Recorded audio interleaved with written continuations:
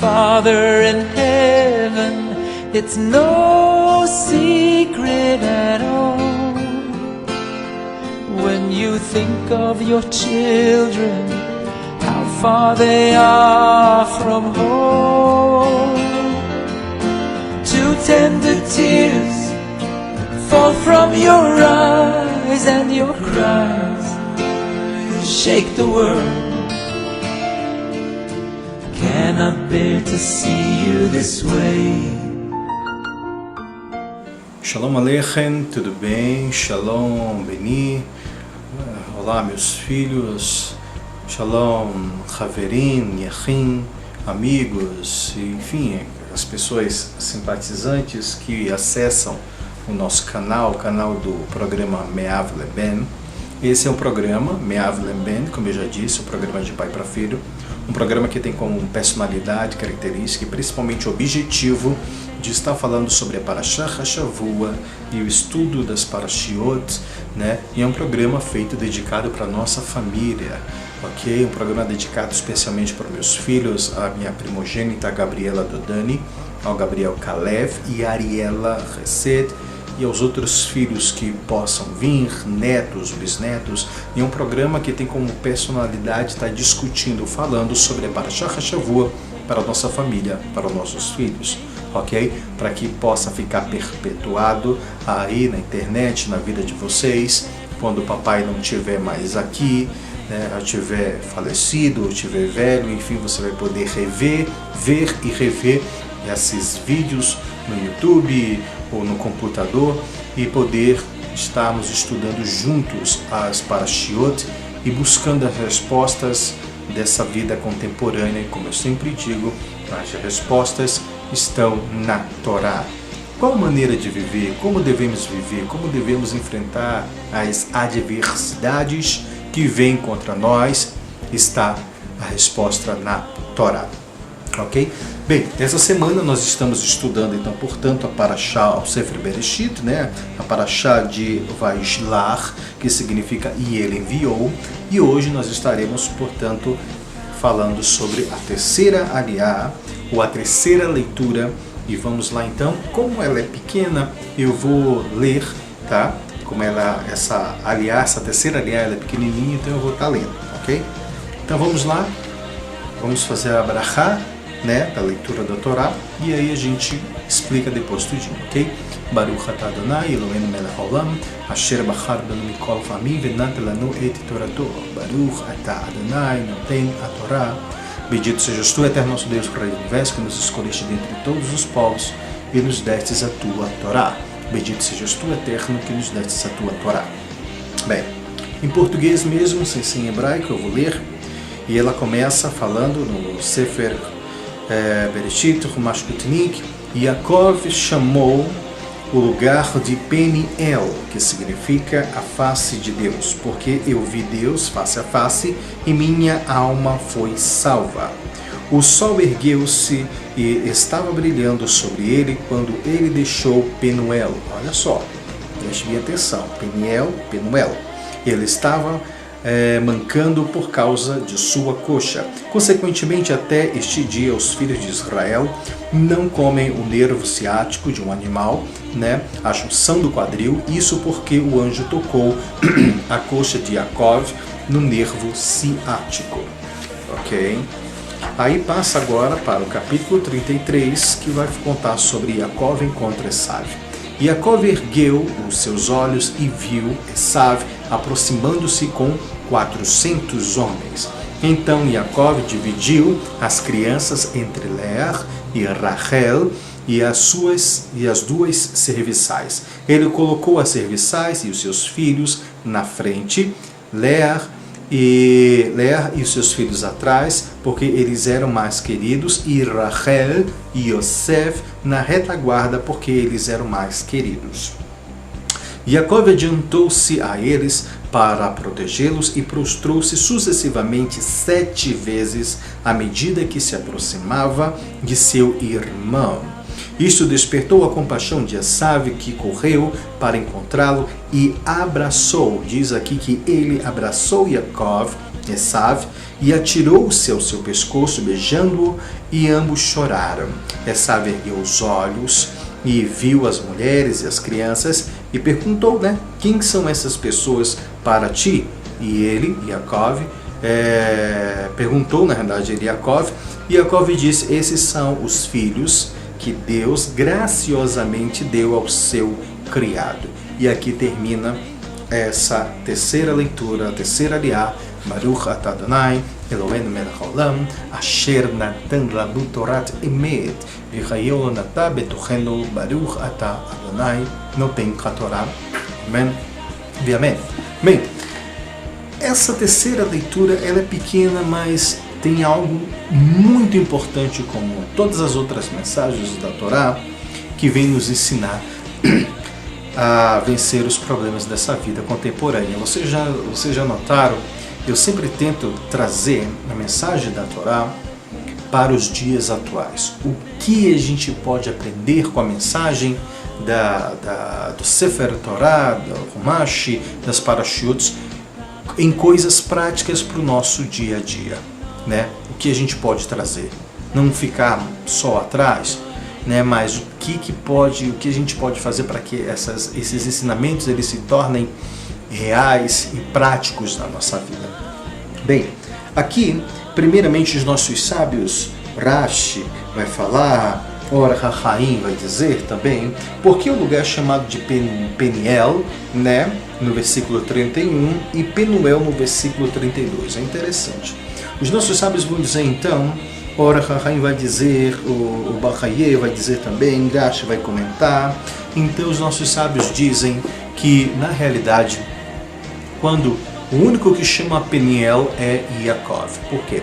Porque Yaakov usa justamente a letra Yud e ele está se referindo a assuntos superiores do céu, por isso que ele chama de Peniel. Quando ele estava lutando com o anjo, que ali representava também Esav, ele estava pensando em coisas espirituais no reino espiritual, significando que a verdadeira luta do judeu, a essência dessa verdadeira luta do judeu não é contra, na realidade, as pessoas em si, não é com relação à matéria, mas sim com relação ao poder dos reinos celestiais, dos reinos superiores. A gente tem que vencer a nossa má inclinação, o nosso Eretz Hará e as más influências que existem. Então a verdadeira briga de Yaakov, desde o início, quando ele saiu da casa do seu pai, quando ele esteve em Lavã, era justamente para ele vencer essa má inclinação e ele não ser dominado por essas má influências. Então a verdadeira guerra que nós podemos ter, o verdadeiro combate que nós devemos fazer não é contra as pessoas em si, contra as pessoas físicas, como tem muitas outras religiões, aí a gente sabe que às vezes pregam e tentam forçar as outras pessoas a acreditarem na sua fé. Se você não acreditar na fé dela, você vai para o inferno, você vai morrer, e aí você não vai ter uma oportunidade de salvação. Outros se vestem de bombas e você é considerado como impuro, e se você não se adequar à religião dele, eles te matam, eles se explodem, e aí vivem um terrorismo. O judaísmo é diferente, ele não é proselitista, mas a nossa verdadeira luta não é forçar as outras pessoas, como eu já disse em outras parashiot atrás, não é forçar as pessoas a aceitarem a nossa verdade, não. Até porque nós não precisamos, Deus não precisa de ninguém para defendê-lo. Ele é Deus, ele é incorpóreo, Ele não é nenhum bebezinho para que existam pessoas que possam defendê-lo. Ele consegue se defender sozinho. Então, na realidade, a nossa verdadeira luta é a luta de não deixarmos nós nos influenciarmos por essas ações negativas que existem no dia a dia. Como eu falei no programa passado, deixar-se influenciar pela filosofia do mundo contemporâneo, pela roda dos amigos do trabalho, da escola, da faculdade. Não. Nós devemos estar abertos a ser influenciado pela Torá, como eu sempre digo e bato na tecla, porque a Torá é Emet. A Torá é verdadeira e você precisa acreditar nisso, porque é o que é. Assim como o céu é azul, assim como o sol brilha, a Torá ela é verdadeira, ela precedeu tudo. E você pode brigar, você pode testar, pode ir da direita para a esquerda, de cima para baixo, no final você vai ver que a Torá sempre tem razão, porque Hashem Emet, Torá Emet, Moshe Emet, não adianta. O Eterno ele é verdadeiro, a Torá sempre vai ser verdadeira, e Moshe Rabbeinu sempre vai ser verdadeira, porque foi através dele que recebemos a outorga da Torá. Então, a verdadeira luta de Esav não é, como ele diz, o Yud, o Peniel, via face de Deus, não é a briga material, mas sim a briga espiritual, lutando contra nós mesmos e contra todas as forças negativas, a má inclinação, etc., para que a gente possa vencer essas influências, ok? E aí depois ele chama de Penuel. Por que Penuel? Penuel ele já vai usar ali a letra Vav, que significa o número 6, que é, na realidade, o plano material. Porque ele já lutou com o reino espiritual, ele venceu, então agora ele pode dar continuidade à sua vida nesse reino material aqui, transformando o mundo numa morada para Deus através das suas ações, das suas próprias ações. Não é porque o outro fez errado, eu vou fazer também. Não. Você mudando, você fazendo a sua parte. Ok? E aí essa é a diferença de Peniel para Penuel. Ok? E aí nós continuamos, né? E aqui, ao próximo capítulo 33, os nossos sábios, o Rashi vai perguntar, também vai explicar, e existe uma pergunta dos nossos sábios que eles dizem: por que Esav abraçou Yaakov? Depois, o beijo de Esav era sincero? Rashi vai nos dizer que a compaixão de Esav foi despertada quando ele viu Yaakov prostrando-se todas aquelas vezes. Aqui existe um ensinamento muito importante. Como eu já tinha dito nos outros programas, a humildade de Yaakov abriu portas, abriu grandes precedentes que mudou a história da nossa vida. Se Yaakov tivesse sido uma pessoa orgulhosa, se Yaakov estivesse vindo com altivez de espírito, se achando melhor, porque ele saiu da sua terra, né, sem nada, como diz o ditado popular brasileiro, com uma mão na frente e outra atrás, quase nu, né?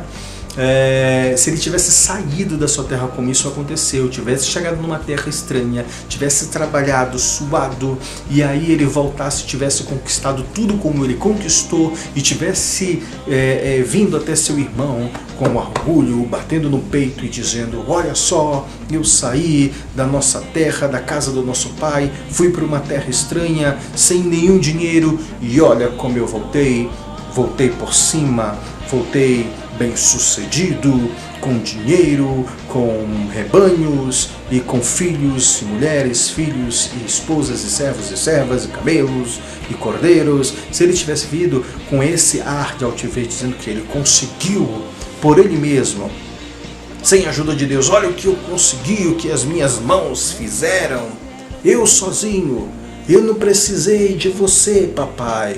Eu não precisei de mamãe, eu não precisei do pai rico, eu não precisei casar com um homem rico, eu não precisei jogar na loteria, eu, com meu próprio esforço, suor. Como se Yaakov tivesse falado dessa maneira, né? Eis que eu fui lá e sofri o calor do dia, a noite, a geada da noite, o sono me faltou, mas eu consegui. E fiquei com dinheiro, e é graças ao meu trabalho. E olha o que eu sou agora. Você sabe, você tem o que tem porque sempre esteve do lado do papai, você tem o que era dele, e se ele viesse com esse ar, pelo menos um pouquinho transparecendo que tudo isso tinha acontecido, você sabe o que teria resultado? E Esav teria, com os 400 homens, dizimado Yaakov do mapa da história e a sua família inteira. Mas não, a Torá conta um fim diferente e disse que Esav correu aos braços, pensa só, agarrou ao pescoço do irmão e o beijou. Aqui existe um segredo, que é o segredo da humildade. O Mishlei, o Techalim, Kohelet sempre vão falar sobre a humildade também, e diz que o Eterno está próximo daqueles que são humildes e contritos de coração. Ele sempre vai estar próximo desses, que ele habita também no mais alto e sublime trono, mas também com aquele que é humilde de coração. Por quê? Porque a humildade, ela quebra barreiras, ela abre grandes precedentes de forma positiva, e foi isso que aconteceu. Uma pessoa humilde, como já disse também o Mishlei, que o silêncio, o Kohelet também fala que o silêncio, ele é a arma contra a ignorância, e contra todos os outros males que tem. O silêncio você consegue se reservar.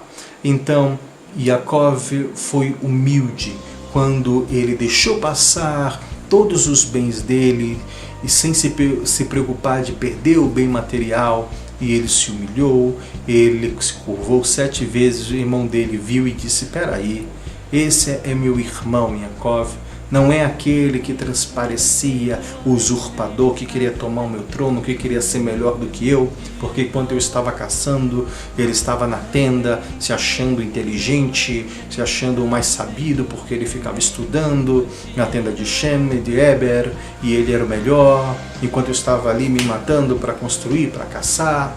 Não, ele não se achou, e ele olhou e disse: esse é meu irmão, humilde, Então ele viu tudo aquilo que Yaakov estava disposto a abrir mão de todos os seus bens, até do orgulho e da glória que tem sobre a primogenitura que ele comprara de Esav.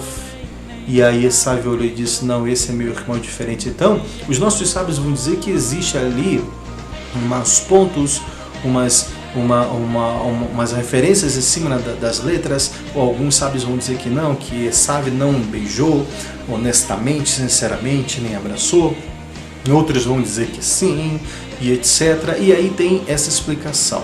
Como é que Esav, que a gente sabe pela tradição judaica, que ele inquestionavelmente ele odiava Yaakov, porque pelo que Yaakov tinha feito, tanto é que a Torá prova, se ele amava tanto, como é que ele vai encontrar irmão com 400 homens? Ele estava pronto para a batalha, pronto para guerrear e para dizimar Yaakov. E esse homem violento, que a gente sabe que inquestionavelmente ele odiava o irmão, como é que ele muda de uma hora para outra, sai correndo e se agarra ao pescoço do irmão, beija, chora, e os dois choram juntos? Como é que pode? E aí os nossos sábios vão dizer que essas letrinhas que estão ali, esses pontinhos, vêm justamente dizer que existe uma atenção para essa palavra que diz: e ele o beijou, que significa que não seria normal Esav ter beijado Yaakov, mas diz que realmente o beijo foi verdadeiro, ele realmente beijou e chorou amargamente, com sinceridade, assim como Yosef chorou quando encontrou os irmãos, porque realmente o beijo foi verdadeiro. Por que foi verdadeiro? Porque ele, através de Yaakov conseguiu quebrantar e quebrar o coração do seu irmão, e então trazer a brachá maior, a brachá gadol, que é a paz entre as pessoas. E eu volto a repetir a música que eu cantei da última vez, a música tradicional do nosso povo: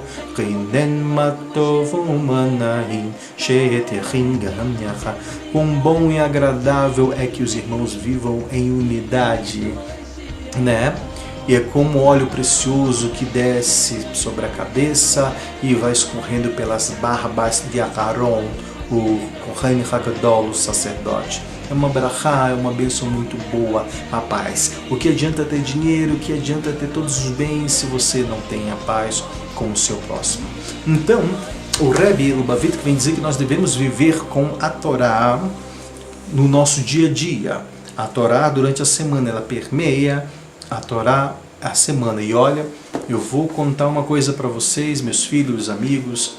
Essa semana, hoje, terça-feira, da segunda para terça-feira, foi um dia que eu me aborreci bastante. Não vou poder contar, se eu tiver a oportunidade eu conto pessoalmente para vocês, mas só para deixar no ar aí, eu tive uma decepção e me aborreci bastante com uma certa pessoa que, em vez de se aproximar da gente, que fez tanto mal pra gente, não só para a minha pessoa, mas como fez mal e enganou tanta gente, destruiu famílias, destruiu pessoas, a fé foi abalada dessas pessoas, prejudicou tanta gente, e essa pessoa em volta a querer falar com a gente, e a gente de todo bom grado, não deseja o mal, não quer que nada aconteça mais, não guarda ódio no coração, apenas queriam que essas pessoas mudassem e seguissem o caminho verdadeiro. E quando essas pessoas tentam se aproximar da gente de novo, como é que elas chegam? Orgulhosas, pedantes, por cima, tentando se achar os verdadeiros donos da razão. E essa pessoa vai tentar falar comigo e até tentando de uma maneira soberba, tentando humilhar, dizendo de onde você vem, o que você era e etc. E eu acabei me aborrecendo com essa pessoa, tendo que confessar, né? E disse que, olha, eu não pedi para ser seu amigo, desculpe, né? Os nossos sábios dizem que nós devemos primeiro procurar a paz antes da guerra. Eu procurei primeiro a paz, mas tem momentos em que você deve se afastar do inimigo para que ele não possa te prejudicar. O pior inimigo, diz os nossos sábios, é aquele, não é aquele inimigo declarado. O amigo declarado você já sabe que ele é teu inimigo, você vai se afastar dele. Mas o pior inimigo é aquele que se faz de seu amigo, porque você o recebe, o abraça e você não sabe que ele está tramando contra você. Os midianitas, Deus pediu que entrássemos em guerras com ele também, porque Midian foi que através do feiticeiro de maldita memória, tanto Bilam, ele pegou e induziu os midianitas a fazer com que o povo de Israel ele pecasse contra Deus. Se não fosse através da maldição, ele usou as mulheres, as midianitas, de uma forma mais sutil para tentar acabar com a gente. Então, esse é o pior inimigo que tem. E aqui a gente volta novamente falando sobre a soberba. Você quer ter sucesso na vida? Então seja humilde, vá com humildade, não ande de... Até o nosso halakha, o Shulchan Aruch fala que até no momento de andar, o judeu tem que saber como andar na rua, não pode andar de peito muito erguido, com cabeça erguida, você deve andar com o pescoço semibaixo, sempre mostrando que existe uma autoridade maior, suprema nesse mundo, que é o Eterno, e nunca andar de forma soberba, porque até nisso, no andar se conhece o tolo. Então, portanto, a humildade, ela é o bem mais precioso que existe também em termos de relações interpessoais.